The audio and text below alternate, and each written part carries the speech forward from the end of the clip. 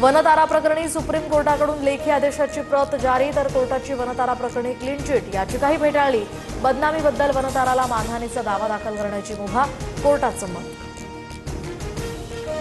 आयकर रिटर्नसाठी आजचा दिवस मुदतवाढ, तर पोर्टलवर तांत्रिक अडचणी लॉग इन करता येत नसल्याच्या तक्रारी। या तक्रारीनंतर आयकर विभागाकडून एका दिवसाची मुदतवाढ। यूपीआय वरून आता एका दिवसात 10 लाखांचं पेमेंट करता येणार। व्यक्ती ते व्यापारी पेमेंट मर्यादा 2 लाखांवरून 10 लाखांपर्यंत वाढवली, तर व्यक्ती ते व्यक्ती व्यवहारांची मर्यादा पूर्वीप्रमाणेच 1 लाख रुपये असणार।